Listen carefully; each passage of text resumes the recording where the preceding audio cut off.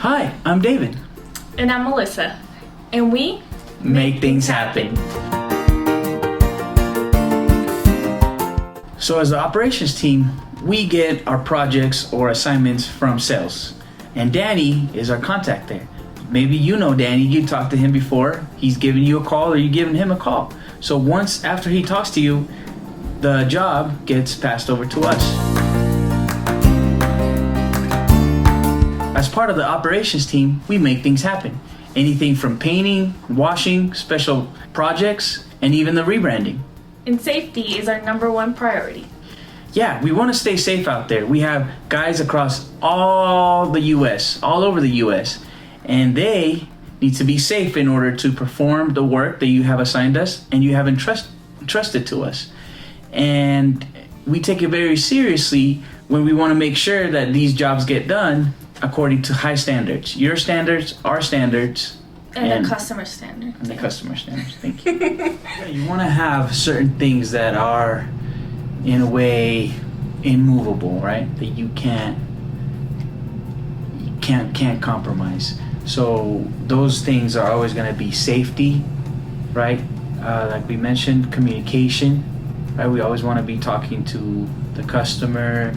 And then I would also say quality, right? The quality of the work that we're putting out there.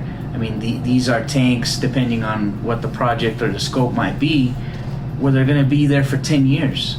And we want to make sure that they're still there 10 years from today. And so those are some things, right? Like safety, communication, and quality. There's some of the things that you can move around schedule-wise or okay, this situation might not be the best, but we'll do without it, or some modified thing.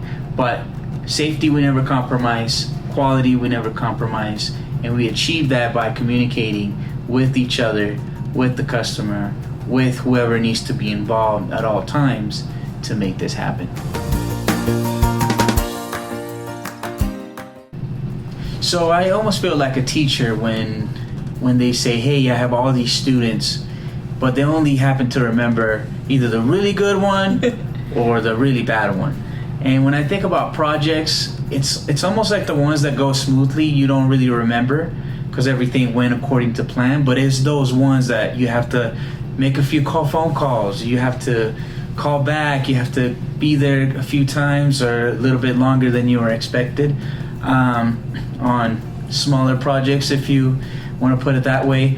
And there's also the projects that last, 2.5 years, and where you're doing a lot of things and things are falling into place and you celebrate, right? But as you're celebrating, you have to come back down to earth because you still have all these problem childs that still need some love. And I feel almost like in that sense as a teacher or as someone, that's where you really excel and you're like, man, this is my child and it needs some extra help, extra love. What can I do to help it grow or to help it be where I want it to be? And those are the ones you remember, those are the ones that when you finish and you look back at, you're like, yes, we got this done. Yeah, I do agree with what David said.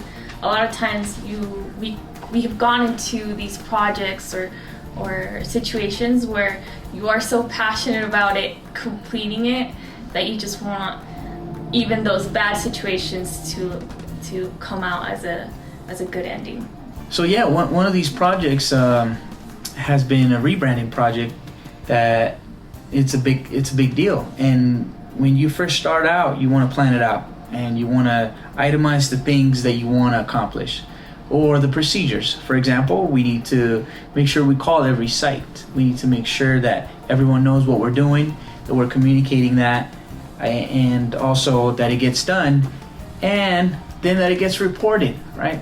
That it gets reported, and then that the report is checked, that it's actually good, that they did a good job, and then you kind of repeat the last few steps quite a few times, to make sure, okay. Sometimes if it wasn't good or if we had an issue, then you go back and you're kind of on repeat.